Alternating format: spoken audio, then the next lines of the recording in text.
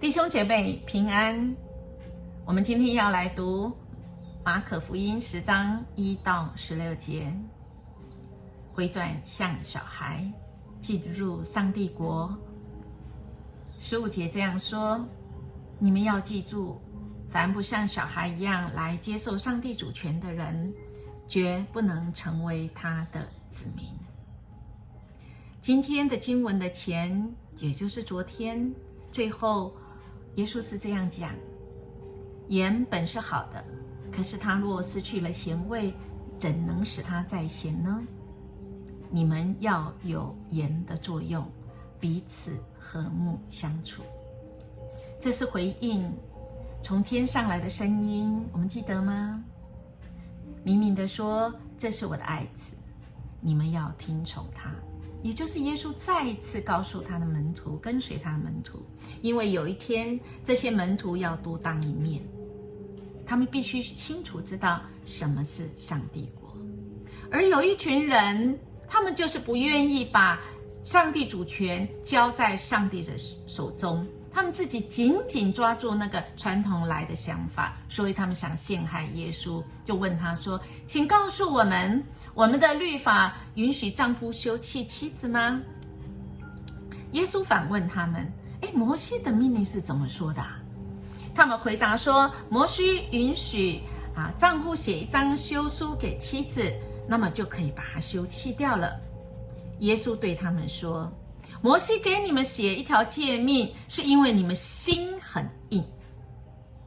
亲爱的弟兄姐妹，这些不想把主权交出去给上帝的人，就是自以为是、自私自利，就像法利赛人来问耶稣的这群人一样。他们忘记了上帝创造的时候造男造女，他有命令说，使人离开父母，要跟妻子结合，两人成为一体。既然这样子，夫妻就不是两个人，而是一体，所以上帝所配合的不可以拆开。但是这些法利赛人，他们已经是不是盐了，不咸了，除了不能防腐之外，更不能彼此和睦相处，不像小孩一样。而小孩子是在当时候的世界里面，比妻子、比女人的这个位置更低。而这群孩子要来见耶稣，而门徒们就把他们赶走。这些门徒，之前耶稣才说，让这些孩子来到我这里，要像孩子一样，但是他们仍然赶这些孩子，所以耶稣就生气了。我们很少看到耶稣生气。耶稣就对门徒说：让小孩子到我这里来，不要阻止他们，因为上帝的国子民正是像孩子一样。怎么样呢？就是像他们一样接受上帝主权的人。亲爱弟兄姐妹，若是我们是接受上帝主权的人，那么我们像孩子，就像这孩子一样，是上帝的子民。而最后经文说，上帝抱起小孩，一个一个的摸他们，为他们祝福。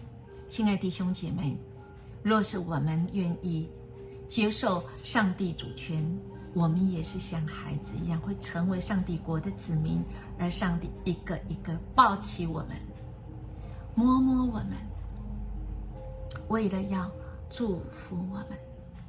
你愿意吗？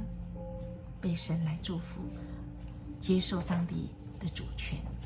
我们一起来祷告。谢谢主，你爱我们，你给我们机会，你的救赎使我们可以成为你的儿女。愿我们像小孩一样到你面前，单纯信靠你，将自己的主权交在主你手中。